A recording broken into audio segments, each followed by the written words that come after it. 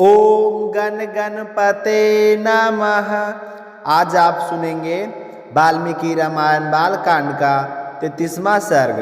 भगवान श्री राम की कृपा पाने के लिए एकाग्रचित होकर सुनते रहिए।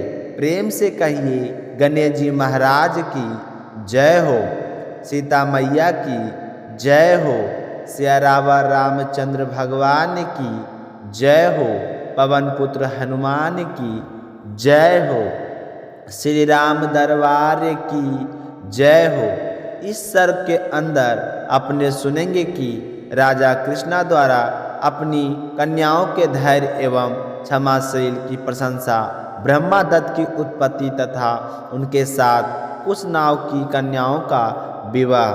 पिछले अध्याय में आपने सुना कि कैसे वायु ने कुछ नाव की पुत्रियों के शरीर में प्रवेश करके उनके कुब्जा बना दिया और उनकी यह हालत देखकर उनके पिता कुछ नाव ने पूछा कि आपकी यह हालत किसने की। तो वे सारी की सारी कन्याएं अपने पिताजी का वचन सुनकर अपने पिताजी के चरणों में सिर रखकर प्रणाम किया और कहने लगी कि हे पिताजी, सर्वत्र संचार के रचने वाले वायुदेव अशुभ मार्ग का अवलंबन करके हमारा रमन करना चाहते थे। धर्म पर उनकी दृष्टि नहीं थी। हमने उनसे कहा कि देव आपका कल्याण हो, हमारे पिता विद्वान हैं, हम स्वस्थ नहीं हैं। आप पिताजी के पास जाकर हमारा वर्ण कीजिए, यदि वे हमें आपको सौंप देंगे तो हम आपकी हो जाएंगे। परंतु उनका मन तो पाप से बंधा हुआ था, उन्होंने हमारी बात नहीं मानी। हम सब बहनों ने तो धर्म संगत की बातें कही थी, फिर भी उन्होंने हमारा यह हाल कर दिया। बिना अपराध के ही हमें पीड़ा दे दी। तो उनकी बात सुनकर परम धर्मात्मा महातेजस्वी राजा ने अपनी परम उत्तम 100 कन्याओं को कहा कि महापुरुष ही क्षमाशील होते हैं, परंतु आज वही क्षमा तुमने भी की है। यह तुम लोगों के द्वारा महान कार्य संपन्न हुआ है। तुम सब बहनों ने एक मत होकर जो मेरे कुल की मर्यादा पर ही दृष्टि रखी है, काम भाव को अपने मन में प्रस्थान नहीं दिया, यह तो तुमने बहुत अच्छा और बड़ा काम कर दिया है। स्त्री हो या पुरुष, उसके लिए क्षमा की आभूषण है। पुत्रियों, तुम सब बहनों में समान रूप से जैसी क्षमा और सही सुनता है, वही विशेषत देवताओं के लिए भी दुष्कर है। अतः मेरी प्यारी बेटियों, क्षमा दान और क्षमा सत्य है, क्षमा यज्ञ है, क्षमा यश है और क्षमा धर्म है, और क्षमा पर ही यह संपूर्ण जगत टिका हुआ है। इस तरह बताते हुए विश्वामित्र जी ने कहा कि दशरथ पुत्र श्री राम देवतुल्य पराक्रमी राजा कुशनाव ने अपनी कन्याओं से ऐसा कहकर उन्हें अंतपुर में जाने की आज्ञा दे दी, और मंत्रणा के तत्व को जानने वाले उन नरेश ने स्वयं मंत्रियों के साथ बैठकर कन्याओं का विवाह के विषय में विचार आरंभ किया। विचार करने योग्य विषय यह था कि किस देश में किस समय और किस सहयोग वर के साथ उनका विवाह किया जाए। उन दिनों चूली नाम से प्रसिद्ध एक महातेजस्वी सदाचारी टिक ब्रह्मचारी मुनि वेदोक्त तप का अनुष्ठान कर रहे थे। उस समय एक गंधर्व कुमारी वहाँ रहकर उन तपस्वी मुनि की उपासना करती थी। उसका नाम था सोमदास थी। वह प्रतिदिन मुनि को प्रणाम करके उनकी सेवा में लगी रहती थी तथा धर्म में स्थिर रहकर समय समय पर सेवा के लिए उपस्थित होती थी। इससे उसके ऊपर वे गौरवशाली मुनि बहुत ही संतुष्ट हुए। शुभ समय आने पर चूली ने उस गंधर्व कन्याओं से कहा कि हे शुभे, तुम्हारा कल्याण हो, मैं तुम पर बहुत ही संतुष्ट हूँ। बोलो, तुम्हारा कौन सा प्रिय कार्य है जिसे मैं सिद्ध कर सकता हूँ। तो मुनि को संतुष्ट जानकर वह गंधर्व कन्याएं बहुत ही प्रसन्न हुई। वह बोलने की कला जानती थी। उसने वाणी के मार्ग मुनि से मधुर स्वर में कहा कि हे महर्षि, आप ब्रह्म तेज से संपन्न होकर ब्रह्मा स्वरूप हो गए हैं, अतः आप महान तपस्वी हैं। मैं आपसे ब्रह्मा ज्ञान एवं वेदोक्त तप से युक्त धर्मात्मा पुत्र प्राप्त करना चाहती हूँ। हे मुनि, आपका भला हो। मेरे कोई पति नहीं है और ना ही मैं किसी की पत्नी हूँ और ना ही आगे होगी। मैं आपकी सेवा में आई हूँ। आप अपने तप शक्ति से मुझे पुत्र प्रदान करें।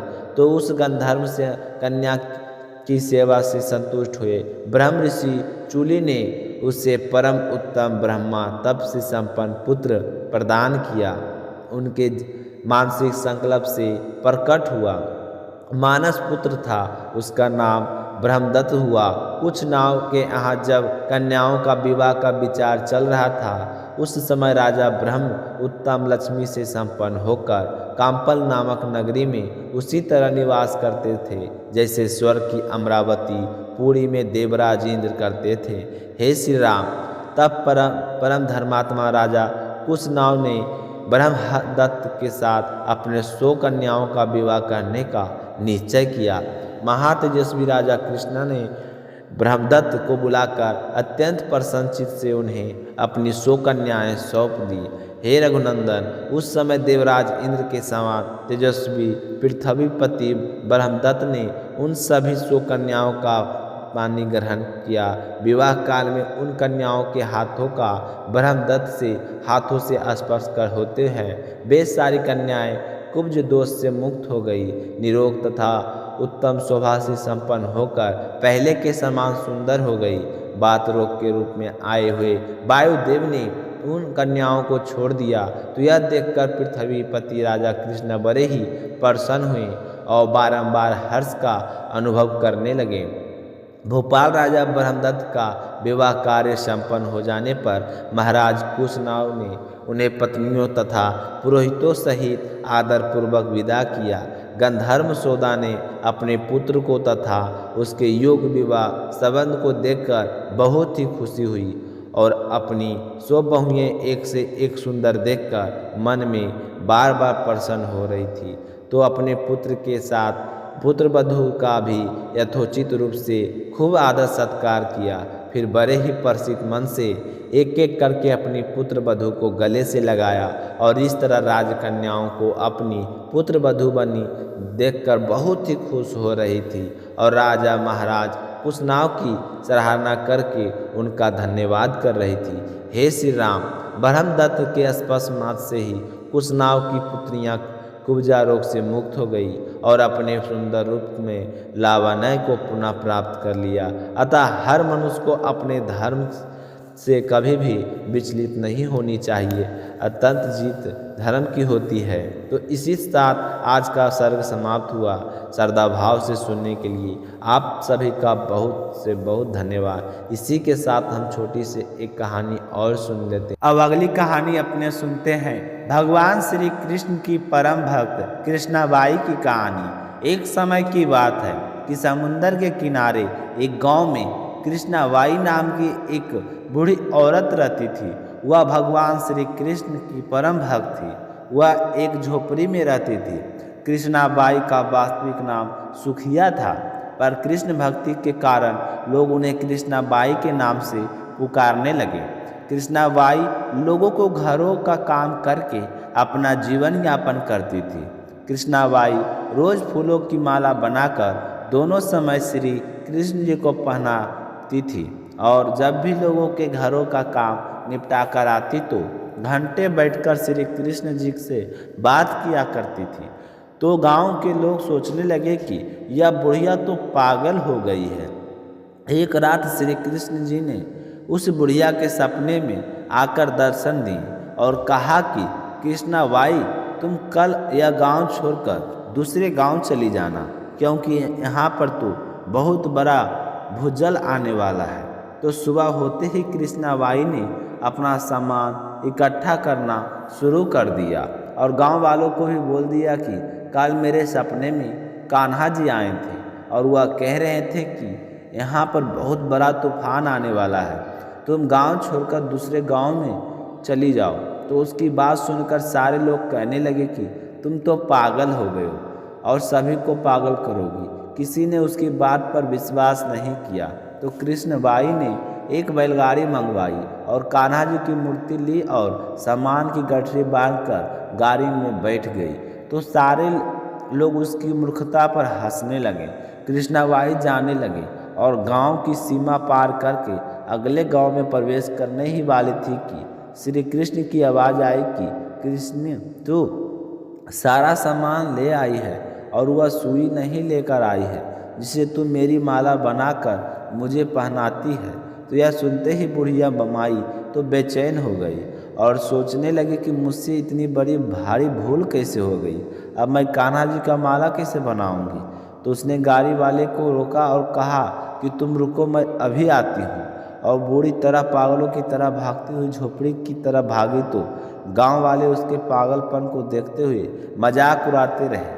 कृष्णाबाई ने झोपड़ी के तिनकों में फंसी हुई सुई को निकाला और फिर पागलों की तरह दौड़ती हुई गाड़ी वाले के पास आई। तो गाड़ी वाले ने पूछा कि माई तू परेशान क्यों है, कुछ नहीं होना। तो माई कहने लगी कि अच्छा अब तू जल्दी चल और अपने गांव की सीमा पार कर। तो गाड़ी वाले ने जैसे ही गांव की सीमा पार की तो समुद्र से एक जोर से लहर उठी और सारा गांव जल मग्न हो गया। वह गाड़ी वाला भी अटूट कृष्ण भक्त था। तो कृष्ण भगवान ने अपने दोनों भक्तों को सकुशल बचा लिया। जो भी भगवान श्री कृष्ण की सच्ची श्रद्धा भाव से पूजा करते हैं तो वो अपने भक्ति फिक्र भगवान श्री कृष्ण को हमेशा रहती है। देखो, अपने भक्त के लिए एक सुई की इतना चिंता करते हैं तो भक्त की रक्षा करने के लिए कितनी ही चिंता करते होंगे। जब तक वह सुई उस गांव में थी तो सारा गांव बचा हुआ था और सुई निकालते ही सारा गांव जल मग्न हो गया। तभी तो कहा जाता है कि बड़ी बदरिया पाप की बरसन लगे अंगार, सत न होते जगत में जल जाता संसार। अर्थात अगर इस दुनिया में संत और अच्छे व्यक्ति ना होते तो यह संसार कब का समाप्त हो गया होता। बोलिए कृष्ण भगवान की जय हो।